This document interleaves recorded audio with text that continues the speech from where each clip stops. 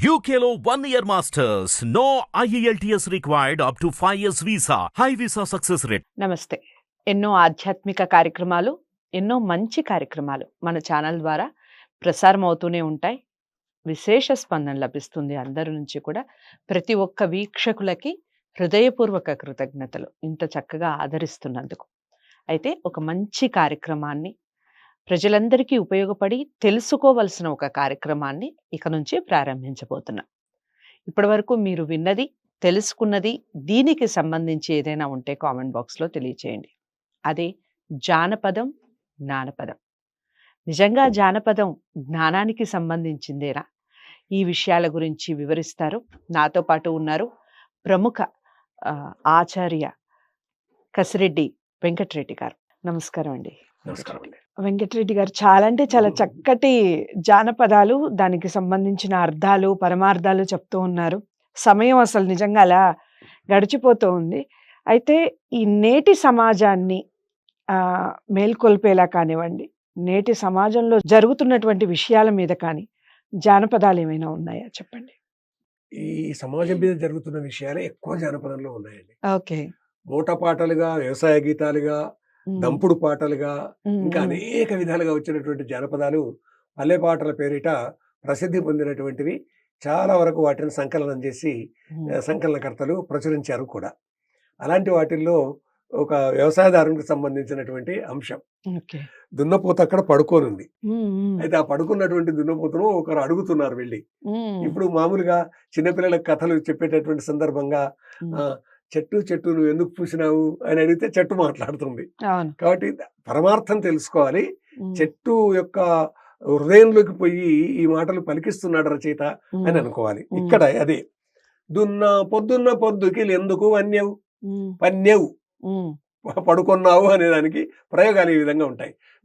పొద్దున్న పొద్దుకి ఎందుకు అన్యవు పసులైన గాయంది నన్నేమంటావు, ఏమిరా పసలైన ఎందుకు గాయవు, పటేలు జీతం ఏంది నన్నేమంటావు, ఏమయ్యా పటేల జీతం ఎందుకు ఇయ్యవు, సోల దొరకంది నన్నేమంటావు, ఏమే సోల ఎందుకు దొరకవు, ఒడ్లైన చెక్కంది నన్నేమంటావు, ఏమయ్యా ఒడ్లైన ఎందుకు చెక్కవు, బాడిసె తెగంది నన్నేమంటావు, ఏమే బాడిసె ఎందుకు తెగవు, కమ్మరైన సర్వంది నన్నేమంటావు, ఏమయ్యా కమ్మరైన ఎందుకు సర్వవు, తిత్తివుదంది నన్నేమంటావు, ఏమే తిత్తి ఎందుకు ఊదవు, బక్కది సావంది నన్నేమంటావు, ఏమే బక్కదాన ఎందుకు సావవు, ఆయుసు మూడంది నన్నేమంటావు. ఒక జీవన చక్రం ఉంది ఇందులో. అంటే ఇక్కడ దున్నపోతు బక్క దున్నపోతు పడుకున్నది, అది చస్తే గాని చర్మం తీసి తిత్తి చేస్తారు, తిత్తి ఊదితే గాని అది అప్పుడు బాడిసె తయారవుతుంది, బాడిసె తయారైతే కానీ సోల చెక్తారు, సోల చెక్కితే కానీ సోల కొలిసేటటువంటి సోల తవ్వ మానిక అంటారండి వాటిని. అది ఆయన తీసుకుంటాడు, అది కొలిసి అప్పుడు జీతం ఇస్తాడు. ఈయన జీతం ఇచ్చే వరకు అది చచ్చిపోతుంది. ఎంత జీవిత చక్రం దీంట్లో ఉంది చూడండి. దున్నపోతా ఎందుకు పడుకున్నావు అని అంటే పసలైన గాయలేదు. ఎందుకు పసలైన గాయలేదు అని అంటే అతనికి ఇవ్వాల్సినటువంటి జీతం యజమాని ఇవ్వలేదు.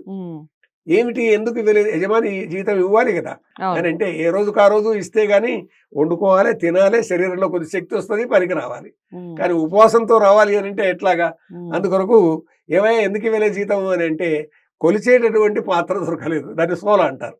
అంటే అద్దెడు, గిద్దెడు, సోలెడు, తవ్వెడు, మానెడు, కుంచెడు, కుండెడు, ఇద్దుము, ముత్తుము, నల్తుము, ఏదుము, పందుము, పుట్టి, ఈ రకంగా వరుసగా పూర్వం కొలిసేటటువంటి ధాన్యం కొలిసేటటువంటి పాత్రల పేర్లండి ఇవన్నీ కూడా.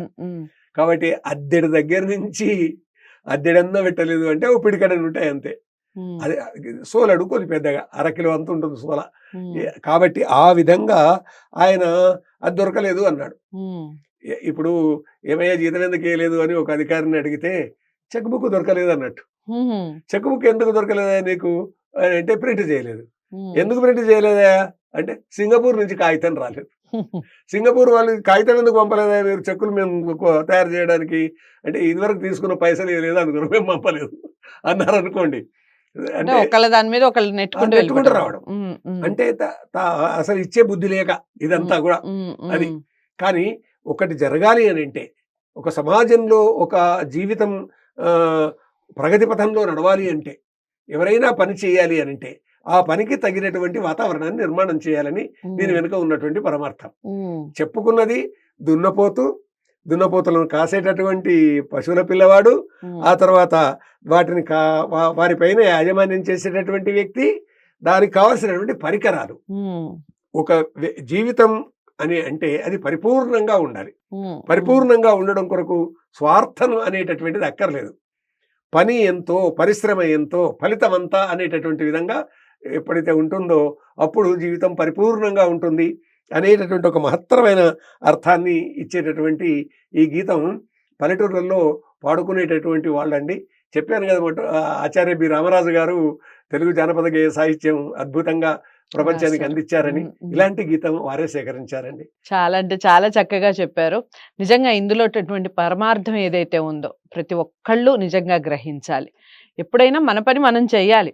చేసిన తర్వాత నిజంగా చేసే వాళ్ళకి ఎదుటి వాళ్ళని విమర్శించే అంత బలం, శక్తి రాదు. ఒకసారి అది అబ్జర్వ్ చేయండి. మనం పని కరెక్ట్‌గా శ్రద్ధగా చేసే వాళ్ళకి ఎదుటి వాళ్ళని విమర్శించలేరు. ఎదుటి వాళ్ళని విమర్శిస్తున్నారు అంటేనే వీళ్ళ పనిలో ఏదో తేడా ఉన్నట్టే. అలాంటి జానపదాలు ఎన్నో ఉంటాయి. జానపదాలకు సంబంధించిన ఇంకా చాలా కార్యక్రమాలు చేసే ప్రయత్నం చేస్తాను. వీడియోని లైక్ చేసి షేర్ చేయండి. ఛానల్‌ని సబ్స్క్రైబ్ చేసుకోండి. మరో మంచి జానపదంతో మళ్ళీ కలుద్దాం. నమస్తే.